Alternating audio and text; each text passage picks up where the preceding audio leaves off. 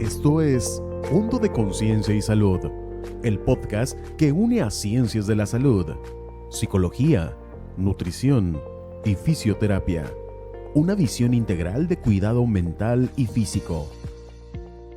Esto es Punto de Conciencia y Salud, una producción de la Universidad Mundial. Comenzamos.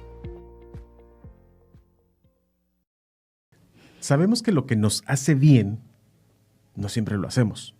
Postergamos consultas, abandonamos tratamientos, dejamos de hacer ejercicio, ignoramos claras señales del cuerpo y repetimos hábitos que afectan nuestra salud. A este patrón, muchas veces silencioso, se le conoce como autosabotaje. No es falta de información, ni necesariamente falta de intención. Es un proceso mucho más profundo que involucra emociones, creencias y conductas que nos alejan de nuestro propio bienestar. Desde la mente y desde el cuerpo, el autosabotaje se manifiesta de distintas formas, afectando tanto a nuestra salud física como nuestra salud emocional, y también mental. Mi nombre es Gilberto Bonilla y hoy en el podcast Punto de Conciencia y Salud, una producción de la Universidad Mundial con el valiosísimo apoyo del Instituto Estatal de Radio y Televisión, hablaremos sobre el autosabotaje en el cuidado de la salud. Esto desde dos perspectivas muy importantes. Primero, la psicología y la fisioterapia. Porque entender por qué nos dejamos ¿por qué dejamos de hacer lo que nos hace bien? Es el primer paso para empezar a cuidarnos de verdad. Y justamente para hablar acerca de este tema, el día de hoy me acompañan la licenciada en Psicología Carolina Isabel Palmer Ruiz, coordinadora de los consultorios de psicología de la Universidad Mundial. Maestra, muy buenas tardes, ¿cómo está? Hola, muy buenas tardes, muy bien, muy feliz de estar aquí nuevamente. Siento que hace mucho que no venía. Ya, ahí viene el no me invitaban. Ahí viene el reclamo incluido de no me invitan, no me hacen caso. Bueno, muy bien, bienvenida. Gracias. Importante el tema y también interesante, ¿no? Muy importante porque lo podemos aplicar en diferentes áreas de la vida, además de la salud. Cuesta un poquito de trabajo el entender cómo algo que nos beneficia podemos abandonarlo, pero vamos a hablar de eso más a fondo, ¿verdad? Muy bien. Perfecto. Bueno, y también el día de hoy tenemos una carita nueva y es que el día de hoy nos acompaña justamente la licenciada en fisioterapia, Tania Itzel Flores Castillo, quien es la nueva coordinadora de los consultorios de fisioterapia. Tania, felicidades, bienvenida. Muchas gracias. ¿Cómo estás? Muy bien, muchas gracias. Muy feliz de empezar esta nueva etapa en mi carrera y pues muy feliz de estar aquí compartiendo información para la gente en general y del área que a mí me gusta, la fisioterapia, y qué más importante que compartirlo con un área que se relaciona mucho, que en este caso es la psicología. Claro, por supuesto. Bueno, y déjenme les comento, resulta ser que la licenciada Sofía Burgoyne-Fiol, Ana Sofía Burgoyne-Fiol, dejó los consultorios de fisioterapia, pero se integra a la coordinación de la carrera de fisioterapia en la Universidad Mundial y le deseamos muchísimo éxito, mucho éxito, Sofía. Sé que sabemos que te va a ir muy bien porque eres una súper profesional. Y también el día de hoy me acompañan dos súper profesionales de la psicología y de la fisioterapia. Y esperamos que no sea la primera vez, sino que sean muchas y que también tus chicos del consultorio te acompañen. Claro. Sí, aquí van a estar también. Perfecto. Bueno, pues hablamos acerca del autosabotaje, de cómo nos metemos el pie nosotros mismos. Y vamos a empezar de lleno, ¿les parece? Muy bien. Claro. Desde el punto de la psicología, ¿cómo podemos entender de manera clara, sencilla, el autosabotaje en el cuidado de la salud? El autosabotaje en el aspecto de la salud es cuando se ven interrumpidas estas acciones que obviamente van enfocadas hacia nuestro cuidado, obviamente en el aspecto de la salud.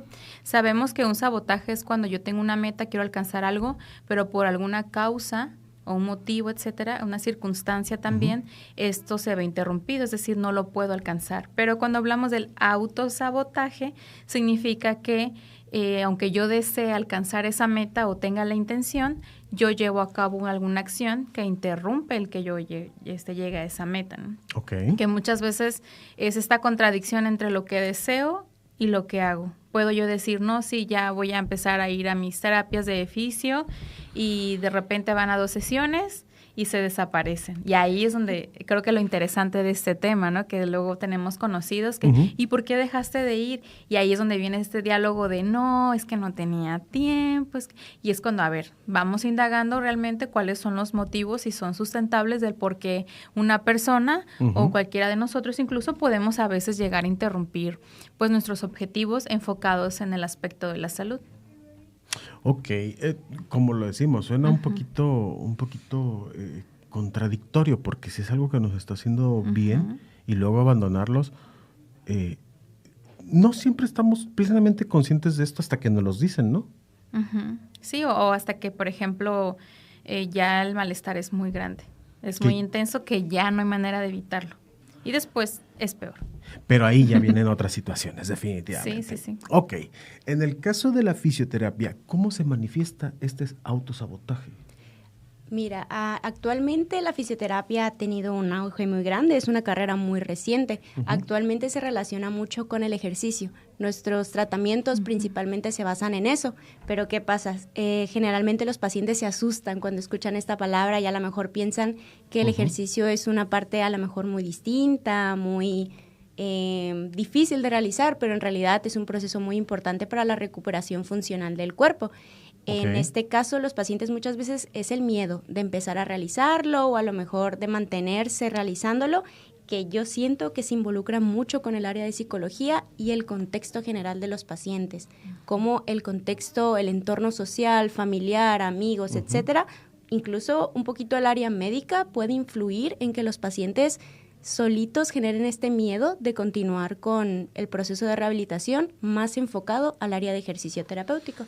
¿Está presente este miedo de, ¿y si no me recupero?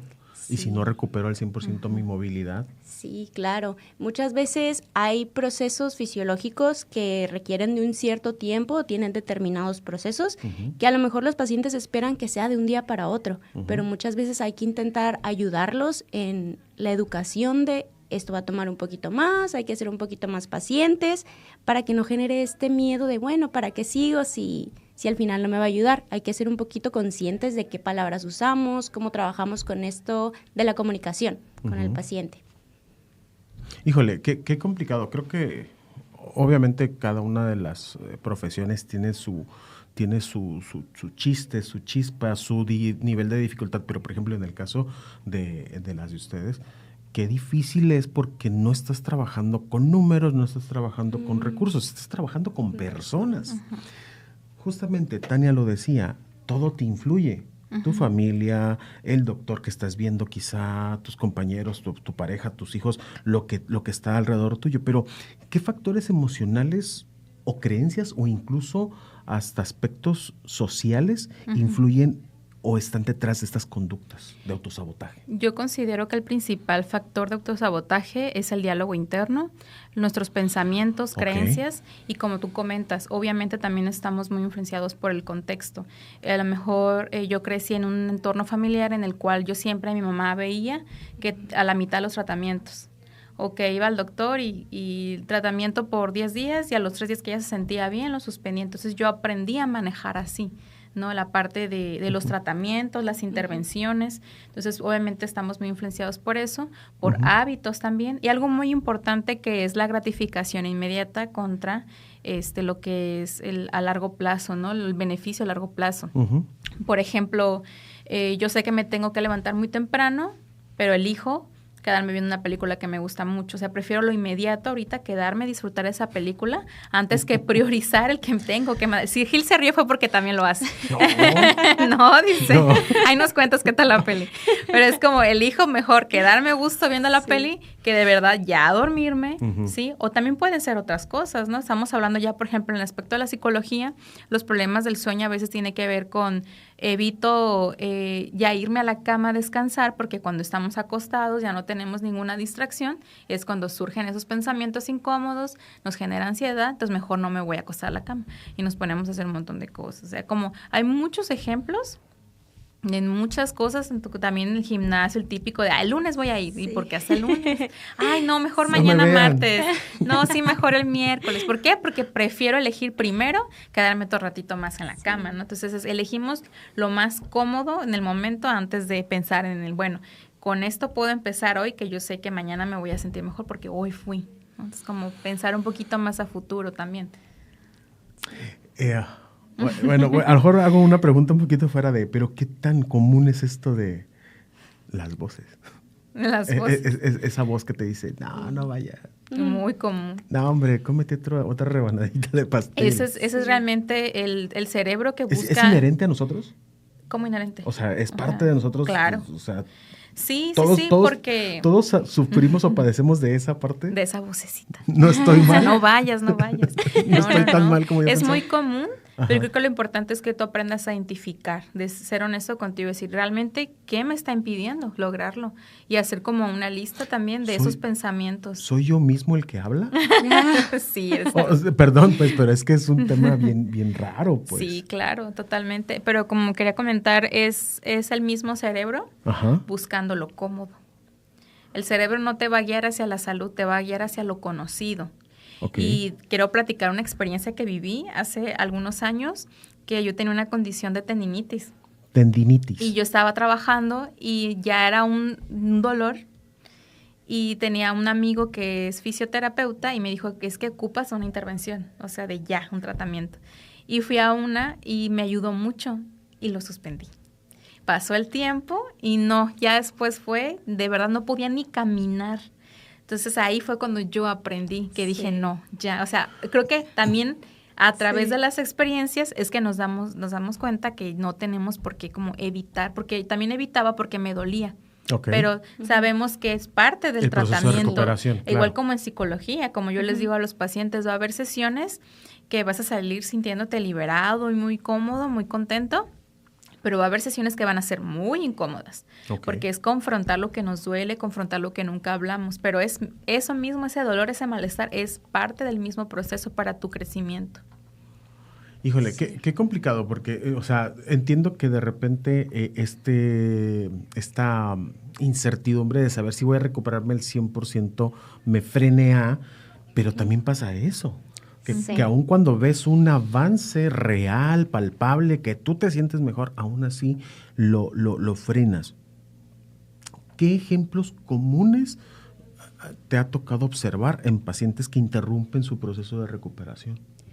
Uno, ya lo mencionó Caro, un ejemplo que tenemos. Pero usar de ejemplo en mi caso. Caro fue un ejemplo. Sí. Uno de los puntos importantes con respecto al ejemplo, por ejemplo, es siempre darle a entender al paciente qué es lo que está pasando en él, para que él comprenda, sepa manejarlo, sepa cómo tratarlo en un futuro, para que también no se vuelva una dependencia hacia nosotros. Más bien que él sepa manejar este proceso. Y porque es importante para que él sepa que a lo mejor sí no avanza demasiado rápido, bueno, es por esto y esto, mi problema es así, entonces yo sé que a lo mejor me puede tomar un poquito de tiempo. Es esta parte de la educación fisioterapéutica con el paciente para que él sea consciente de que este proceso puede tomar cierto tiempo y no llegue al punto en el que él diga, bueno, ¿para qué continúo si no hay cambios, etcétera? Y, por ejemplo, en el consultorio de fisioterapia de la Universidad Mundial tenemos muchos pacientitos geriátricos, adultos mayores. Lo que buscamos con ellos es que no pierdan esta independencia, que a lo mejor hagan actividades que aún les gustan de cierta forma, pero que aún las hagan. Pero ¿qué pasa también en este aspecto? Los hijos, por ejemplo, frenan mucho este proceso porque ellos piensan que a lo mejor ya no sirve para nada o a lo mejor ya no tiene un objetivo como tal. Sin embargo, siempre lo hay. Entonces, es importante que ellos sepan que sí tienen esta capacidad de seguir trabajando y no caigan en el autosabotaje, como ya lo platicábamos, conociendo qué es lo que pasa con ellos y cuál es el objetivo primordial de su terapia.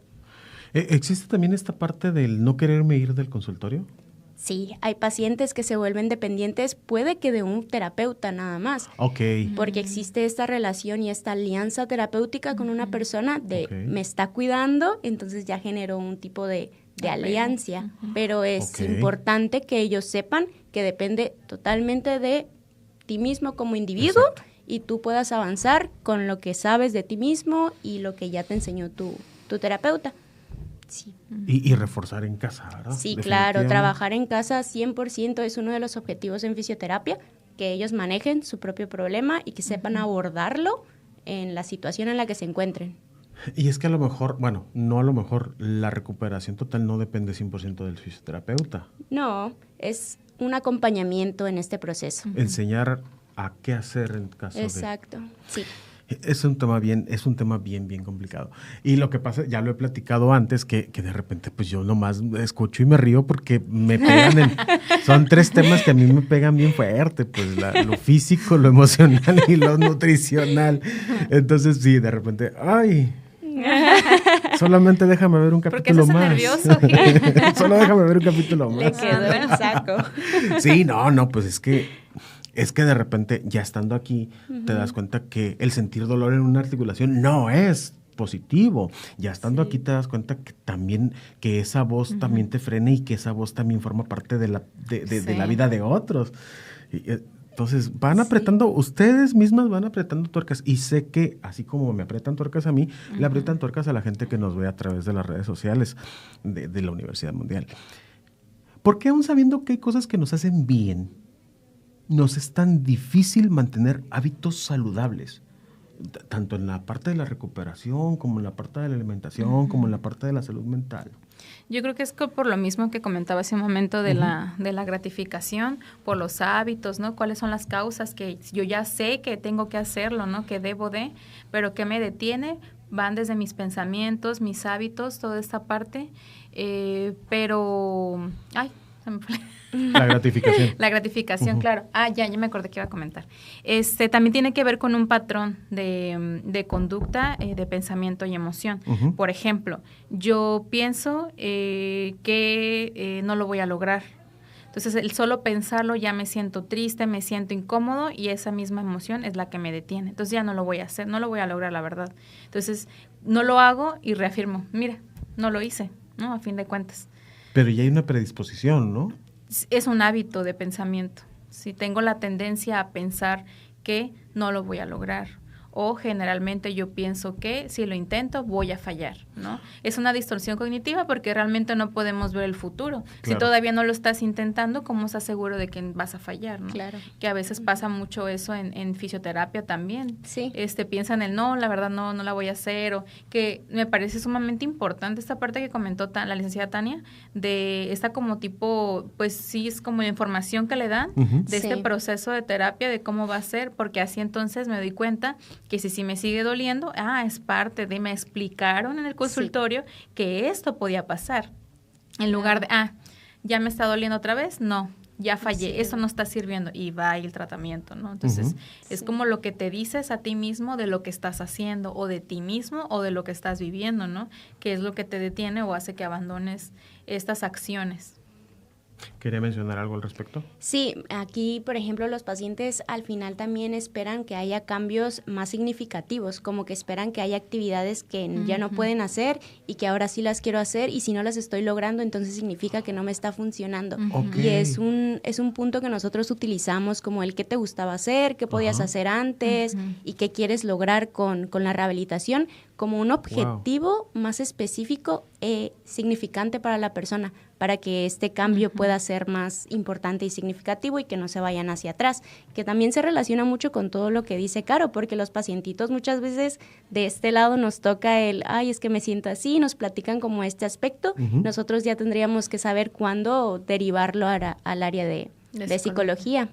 Y es que también en el caso de ustedes tienen que ser muy claros en ser realistas con los resultados que pueden obtener de la fisioterapia, ¿no? Sí, claro, obviamente hay objetivos o hay patologías, cirugías en las que a lo mejor el objetivo no va a ser tan lograble o tan posible. Habrá un porcentaje de éxito. Hay un porcentaje de éxito, sí. Okay. Y siempre se puede modificar a la importancia que le dé el pacientito.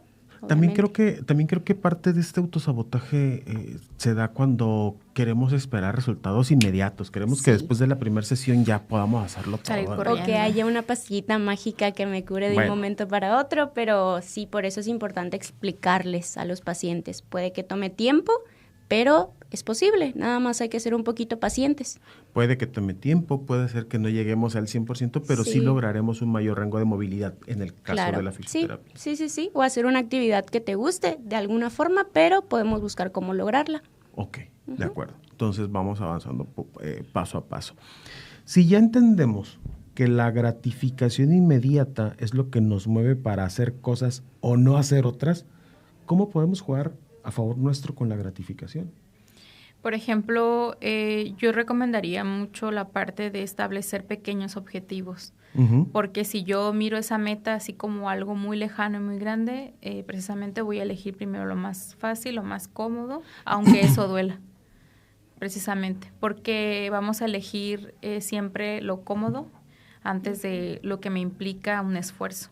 Okay. No es porque me saca de esa zona, es algo nuevo para mí.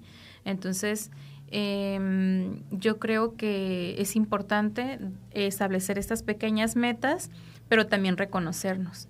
Okay. En vez de este diálogo de ya fallé, ya sabía yo, ¿no? Y abandonarlo inmediatamente, sino enfocarnos en un diálogo más de reconocer el esfuerzo, reconocer esos pequeños logros, okay, y también que sean metas medibles, ¿no? Saber cómo lo estoy logrando, qué pequeña acción ya estoy haciendo para llegar a esa gran meta. ¿Cómo podemos hacer esa parte de medir nuestros avances en la parte de la fisioterapia y que nos ayuden a evitar el autosabotaje? Claro, generalmente se utiliza todo este proceso ya más físico, que a lo mejor son rangos de movimiento, el nivel de fuerza, etcétera, pero como les mencionaba, actualmente a nosotros nos gusta ya poner puntos en los que el paciente le gusta bailar, quiere volver a bailar de cierta forma, entonces vamos a plantear ir logrando pasitos de baile para que sean actividades obviamente físicas y relacionadas a lo que le gusta, objetivos cortos e ir avanzando poco a poco para que el paciente sienta esta felicidad de hacer algo que le gusta después de una intervención quirúrgica, después de una caída, después de un malestar importante, etcétera. ¿Puede pasar esta parte de que el paciente asiste a sus fisioterapias y demás, y cuando menos piensa, el fisioterapeuta le dice, a ver, haga esto, y lo hace? Y lo hace como si nada. Y se da esta parte de sorpresa de, sí lo estoy haciendo, lo estoy logrando, sí se da, tal cual. Sí, tal cual. Muchas veces vamos poco a poco, pero ni ellos mismos, hay pacientitos que son un poquito más, existe más el autosabotaje en ellos, que piensan que no lo van a lograr, pero llega un punto en el que tú se lo pides inconscientemente y lo hace. Igual hay técnicas en las que se utiliza esta parte de relacionar lo físico con lo mental para lograr un objetivo sin que el paciente esté pensando constantemente en su problema. Entonces ya logramos como esto de, ¡ay, sí pude! Entonces, híjole, es una ventaja muy, muy buena. Es que justamente, y voy para la parte de la nutrición, de repente nos pone muy de malazo, nos predispone a fallar la palabra dieta.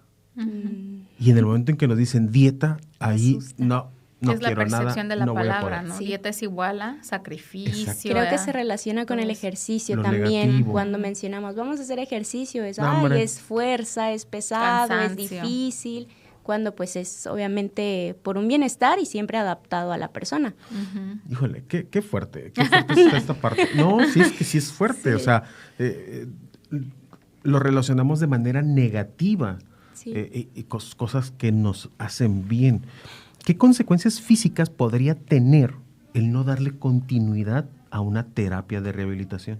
De autosabotearnos y dejarlo. Creo que una importante y que se presenta mucho, que yo me he dado cuenta actualmente en los consultorios, es la dependencia a los medicamentos. Que los pacientes como tienen el medicamento que les quita el dolor, ya se vuelve un proceso de me lo tomo, pero ¿en qué punto tú sabes que el medicamento es para un lapso corto de tiempo? Claro. ¿Por qué no pensar, como lo mencionaba Caro, a largo plazo? En un futuro, en este caso es la vejez, o sea, que tú como adulto mayor sepas cómo gestionar tu dependencia, que seas capaz de realizar diferentes actividades que te gusten o que disfrutes, o estar con tu familia, relacionarte en la sociedad, etcétera. Al final, la actividad y el movimiento es muy importante para la salud en todos los aspectos. Entonces, creo que va más hacia allá, como incentivarlo siempre a la actividad física de alguna forma, como te guste realizarla, como te guste hacerla, en el horario que te guste, la forma, etcétera. Claro. Así. Justamente en esta parte de los logros a corto plazo, ¿podríamos profundizar un poquito en eso? ¿O algún ejemplo? Sí, claro. Por ejemplo, en la psicología, nosotros en la primera sesión es importante también saber cómo medir, así como en el caso de fisio, ¿no? Uh-huh. Generalmente la pregunta es de escala del 1 al 10, ¿cuánto dolor? Siento que 1 es casi nada, se puede decir, y 10 es mucho, ¿no? En nuestro caso, por ejemplo, ansiedad. El día de hoy, ¿cómo te encuentras en ansiedad? ¿Es en un número 10, que es mucha ansiedad, o una es poca ansiedad? Entonces, creo que es como la parte de establecer, hoy elijo tener un 9 de ansiedad. ¿Y cómo? Y ahí es cuando ya ponemos estrategias, ¿no? Ajá. Pero es como poco a poco, ¿sí? Hay que tenernos mucha paciencia. Más bien, ese es el objetivo, tenernos autocompasión, no la parte de tengo que hacerlo perfecto, tengo que poder siempre, sí, porque también por eso hay autosabotaje a veces, porque queremos hacerlo todo perfecto. Nos equivocamos tantito. Y ya lo abandonamos, ¿no? Entonces, como saber que podemos fallar también, ser realistas, ¿no? O sea, ok, ya tengo mis metas, poco a poco, voy a tratar de lograr este objetivo, ¿no? Pero podemos hacerlo como este día o un día de esta semana voy a hacer esto. Pero si ese día de la semana no lo hiciste, pues a lo mejor el siguiente. A la siguiente semana, ¿no? Como les digo a mis pacientes, ¿y quieres empezar a hacer una actividad física? No es necesario que sea todos los días. Sí. Elige 3 días de la semana y los días que tú quieras. A lo mejor tú pusiste lunes, miércoles y viernes. Bueno, no, el miércoles no fui. Bueno, fue el jueves, fue el sábado, fue el domingo y aparte el viernes, ¿no? Que ya tenías establecido, u otros días. Es como un aprender a jugar con esa parte, no ser tan rígidos tampoco, ¿no? De que si no lo hacemos un día, algo que no, ya falló todo. Se perdió todo el proceso. Claro. Sí. Uh-huh. Igualmente de acá de este lado, ¿qué estrategias podemos utilizar para comprometernos en nuestro proceso de recuperación física? Es importante siempre preguntar al final de una valoración inicial, como trabajamos nosotros, ¿cuándo es tu disponibilidad? Tú como persona, en tu horario de trabajo, tu tiempo de calidad con familia, ¿cuándo realmente puedes dedicarle 1 hora, un día a la semana, una vez cada 15 días, pero que te comprometas a cumplir, a venir, pero siempre a la disposición que tú tengas? Creo que es un factor también importante, no forzarlo a me tienes que venir tantos días a la semana porque así tiene que ser. Se vuelve más fácil fallar. Sí, claro, y existe más este proceso de, ay, es que voy a andar apurado, es que tengo mi trabajo, mi familia, mis hijos, etcétera. Pensar también en el contexto y la capacidad y disponibilidad que tiene el paciente para realmente cumplir, que es lo importante. Y se vuelve también esta parte de ya no lo hice un día, pues ya no lo voy a hacer, ¿ya para qué? Mejor saber que ese día sí lo voy a hacer y me sirvió de algo y es un pasito, pero es un pasito importante. Ok. ¿Cómo podemos identificar que estamos cayendo en el autosabotaje? ¿Es fácil identificar que estamos metiéndonos el pie nosotros solos? Sí, cuando llevas mucho tiempo intentando y no logras ese objetivo, ¿no? Es como ser honesto contigo y decir, a ver, ¿está interrumpiéndose este objetivo realmente por algo externo? ¿O es algo que yo me estoy diciendo de esto? ¿O es algo que yo estoy haciendo, que yo estoy permitiendo, ¿no? Yo creo que ahí nos damos cuenta cuando escuchamos a las personas culpar mucho lo de afuera. No, ¿por qué dejaste de ir con la fisio? Es que ya no me hablaron. Bueno, pero si tú tienes interés, tú habla, busca, acude, ¿no? También es que ya no me hablaron, pues ni modo, ya no voy a ir, ¿no? Es como, te pones a pensar ahí de que, a ver, cuando ponemos muchas excusas, ¿no? Yo creo es ahí el detalle. Excusas donde dices, no, es que no tengo tiempo. ¿Realmente no tienes un pequeño espacio en toda tu semana para acudir a tu terapia o ver alternativas, ¿no? También, porque tenemos ese pensamiento muy catastrófico, muy, muy limitante de decir, si no es así este día, a tal hora, no. ¿No? Y es como, a ver, ¿realmente? O es como... Todo el mundo tiene pensamientos catastróficos. Perdón. En algún momento, claro que sí. Me veo reflejado en algunas situaciones. Es que justamente lo decía también la licenciada Tania, le preguntas al paciente qué día puedes, qué día todavía estás le dan ahí la oportunidad. Pero también es el ganchito de ustedes, de decir, a ver, yo te dije cuándo podías y ahora me vienes a decir que no puedes. Exactamente. Claro, y nosotros también utilizamos esta técnica de, bueno, no puedes, pero yo te mando qué Hagas qué en hacer casa. en casita. No puedes venir, Ándale, pero en sí, casa pero haces en casa haces esto y la siguiente sesión nos damos cuenta, ¿lo hiciste o no? Porque Nosotros ya también. medimos como, si ya lo sabíamos hacer y lo practicaste, entonces ya tienes que venir más ágil. Sí, porque pretextos hay. Sí. No puedes venir a terapia en línea. No puedes hacer Exacto. ejercicio de salir en casa. ¿Qué El puedes acceso a la hacer? O sea, tecnología siempre que hay. va a haber Pregunta opciones. para ambas. ¿Cómo le hacen para soltar un paciente que no quiere? Dejarla. Que no quiere hacer por sí mismo. Porque también se convierte en una situación complicada y dices, ¿por qué no quiere este paciente curarse? ¿Por qué no quiere rehabilitarse? ¿Por qué no quiere venir a terapia? ¿Cómo le hacen ustedes para soltar esa, ¿cómo decirlo?, responsabilidad? Yo creo que ahí es la parte de comprensión de que somos seres humanos y así como un tratamiento es un proceso, mentalmente tenemos todos un proceso. Entonces no puedo yo forzar el proceso mental de mi paciente para que entienda, por ejemplo, que el venir a terapia le hace bien. Tengo que soltar y aceptar y comprender que mi paciente no se encuentra listo todavía para confrontar. En terapia igual nos damos cuenta, a veces hay temas que los pacientes a veces se dan cuenta y dicen, la verdad no quiero hablar de ese tema hoy. Entonces uno tiene que respetar, sí, los límites también. Pero siempre teniendo como la apertura, les comentamos, es la verdad, ya no quiero continuar. Okay, cuando te sientas listo, cuando creas tú que es necesario, aquí voy a estar, ¿no? Nunca cerrarnos a siempre recordarles, vaya, que siempre vamos a estar para ellos, ¿no? Si necesitan regresar al tratamiento. Creo que a nosotros también nos toca en ocasiones ser empáticos y pacientes con las personas, porque si pues asistieron a alguna de las dos áreas fue porque necesitaban un cuidado de una situación que les estaba pasando. Entonces hay que pensar un poquito en esta parte de, bueno, hay que entender que a lo mejor él está pasando por algún proceso y saber reconocer nosotros cómo lo podemos manejar. Y creo que cada paciente es un mundo, física y mentalmente, entonces hay que ser muy empáticos con los pacientes. Híjole, creo que me quedo con esos términos, la autocompasión, la tolerancia, la empatía y el fijarnos metas bien claritas y de muy cortito plazo para poder cumplir con ellas. Sabotaje no es una debilidad, es una señal de que hay algo que no estamos atendiendo, que no estamos comprendiendo, que quizá no estamos gestionando de la mejor manera en nuestro interior. Cuidar la salud no debería de ser una lucha encarnizada interna, sino más bien un proceso consciente de que estamos integrando lo emocional y lo físico. Reconocer nuestros patrones, pedir apoyo y avanzar paso a paso puede marcar una diferencia profunda en nuestra calidad de vida, tanto en la parte emocional como en la parte física o en cualquier aspecto.